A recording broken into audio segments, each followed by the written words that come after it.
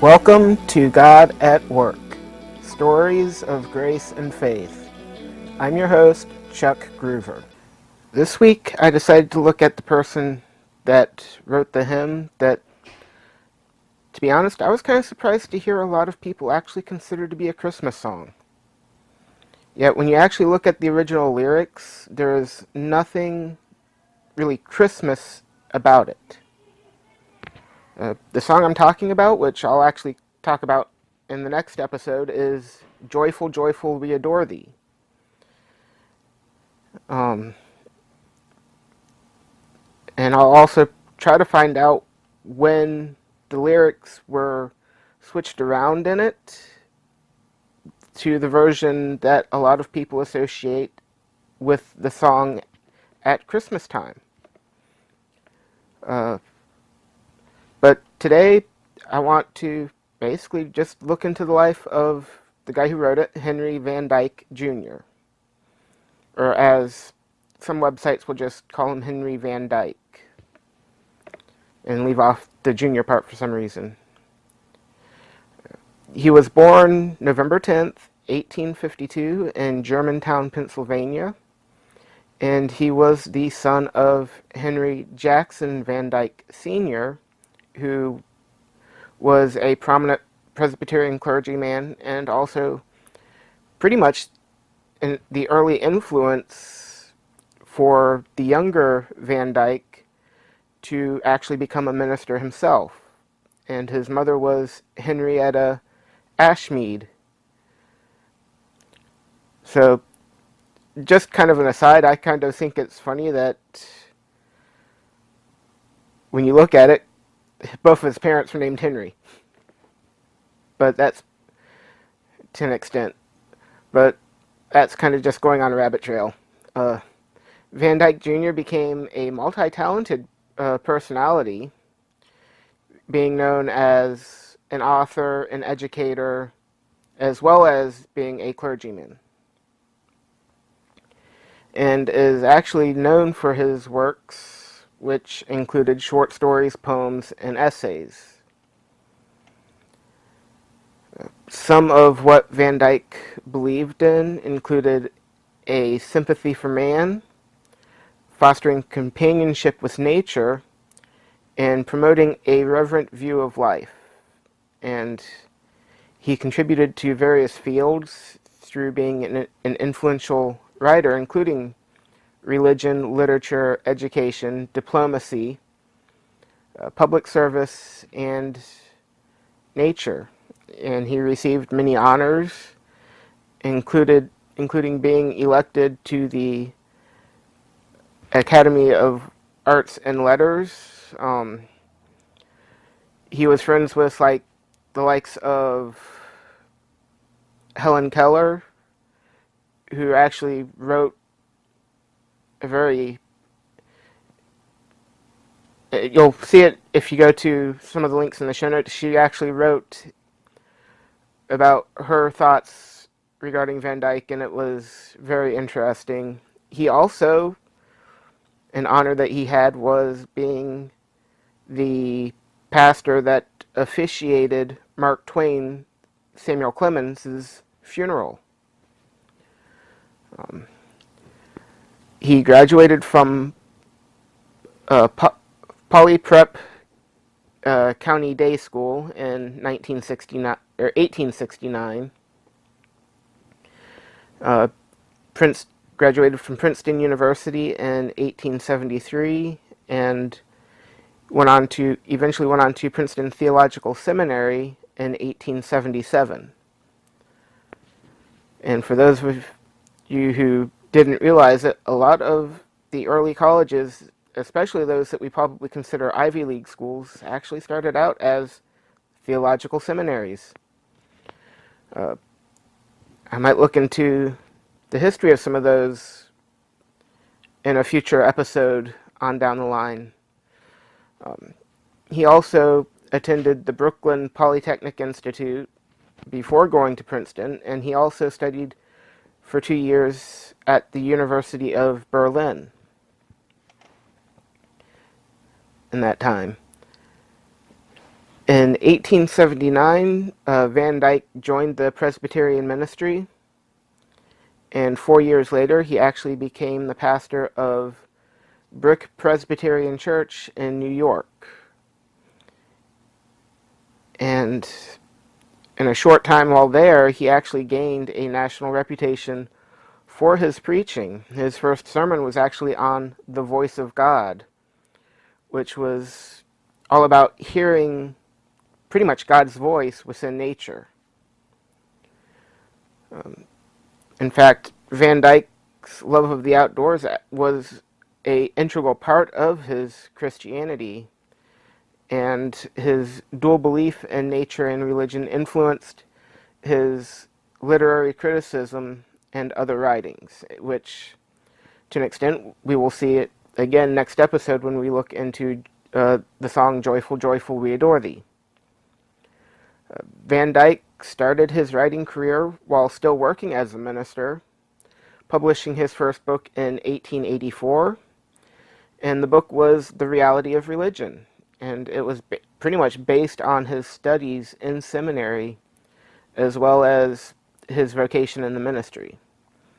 His second book, The Story of the Psalms, was about his role as a pastor, and it actually brought together his love of religion and literature. And then his third book was a literary criticism to the works of Alfred Lord Tennyson, and it was titled The Poetry of Tennyson, in which he actually helped people to know more about the spirit and beliefs of Alfred Lord Tennyson, as well as this book helped to make Van Dyke actually an important figure in the world of literature.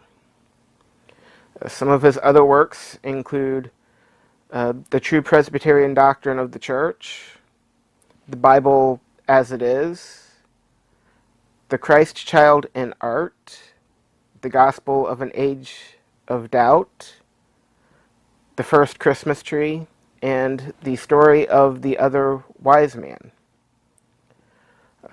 An interesting thing is The Story of the Other Wise Man, Van Dyke, and what probably caught my attention was in hearing about this story, it kind of,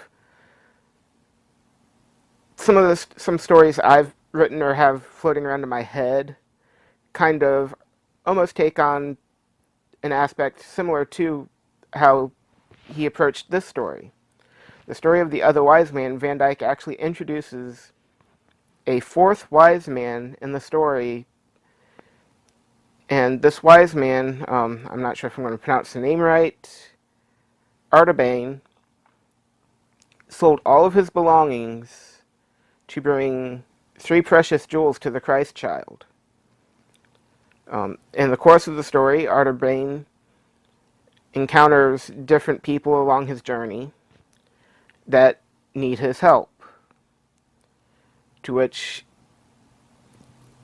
being a generous person, he ends up helping them, but it eventually leaves Artaban with no jewels to present as a gift.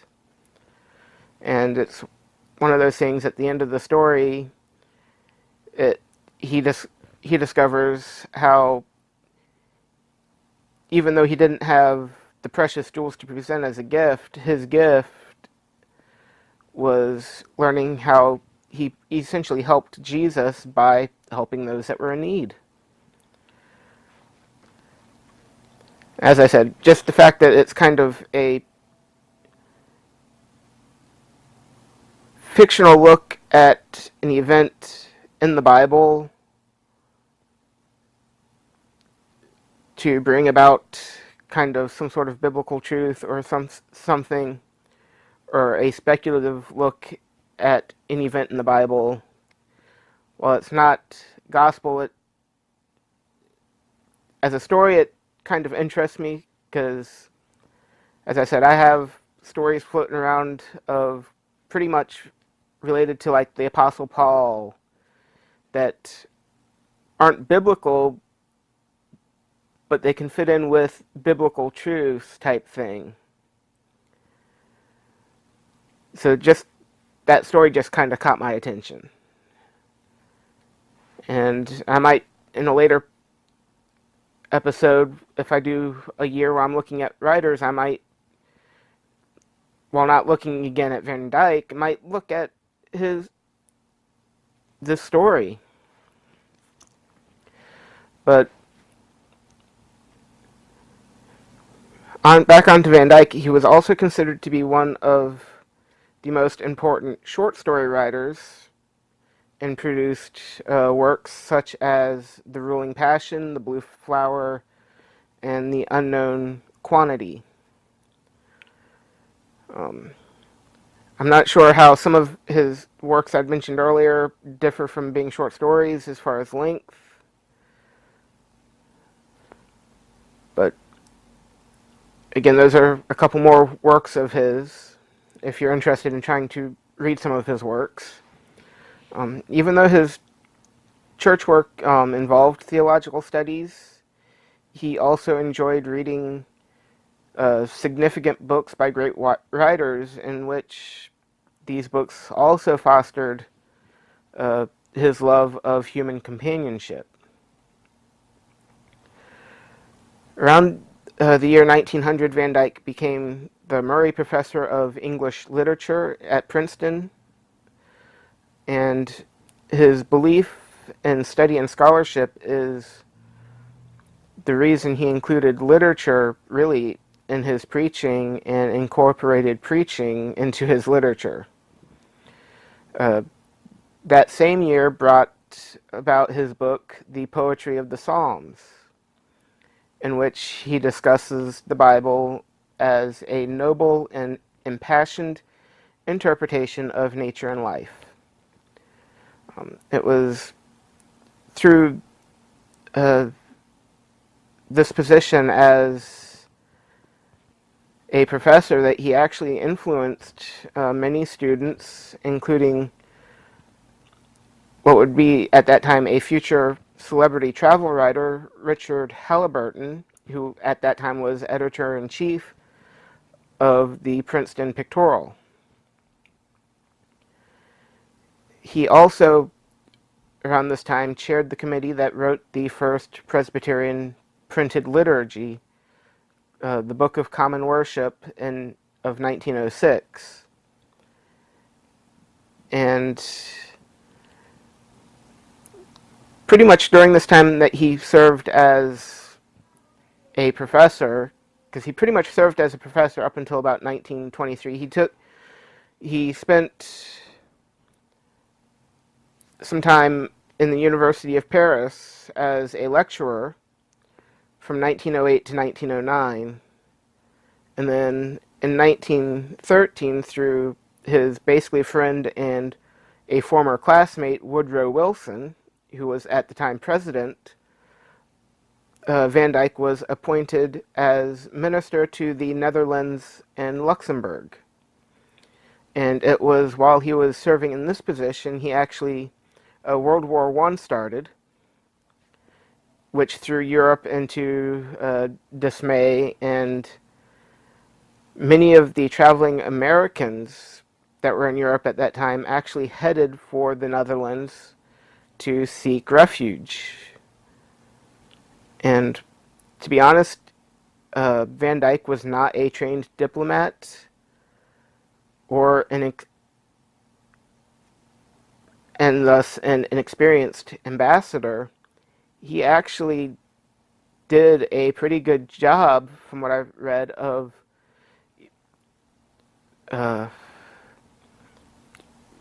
acting in a true diplomat, acting like a true diplomat, and maintained the rights of these American refugees in Europe.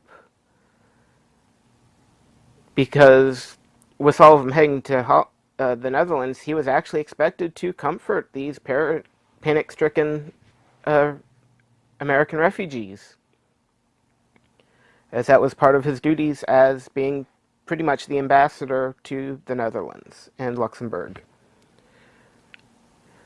He later resigned from this position in 1916 and returned to the States, going on to then join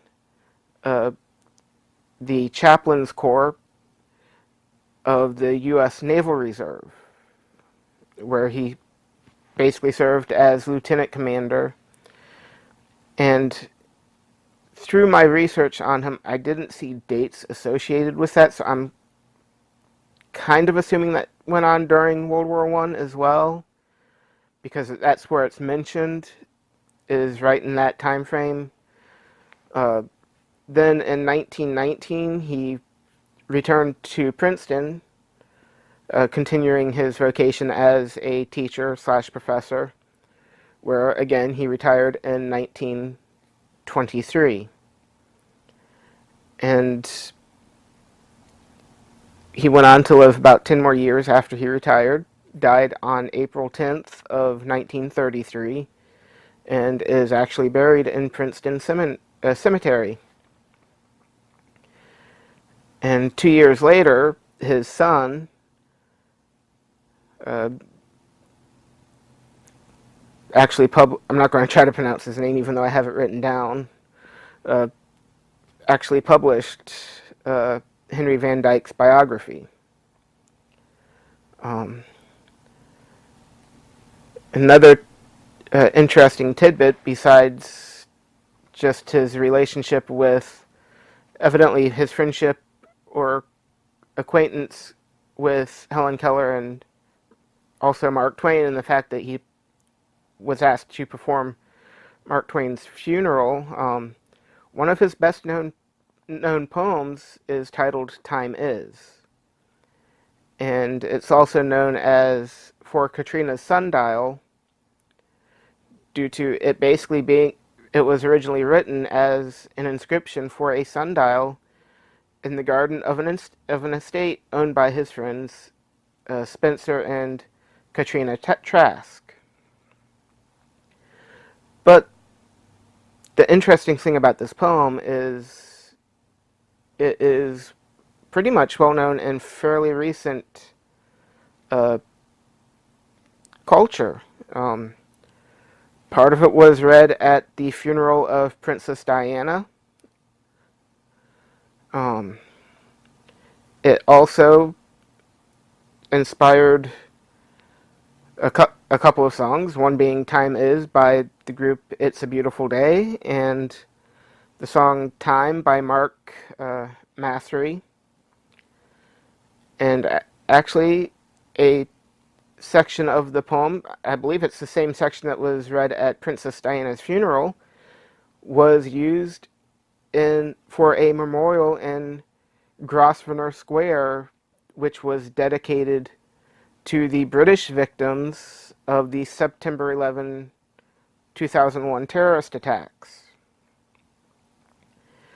And it was also used as the closing of the 2013 novel Child of Time by Bob Johnson. So,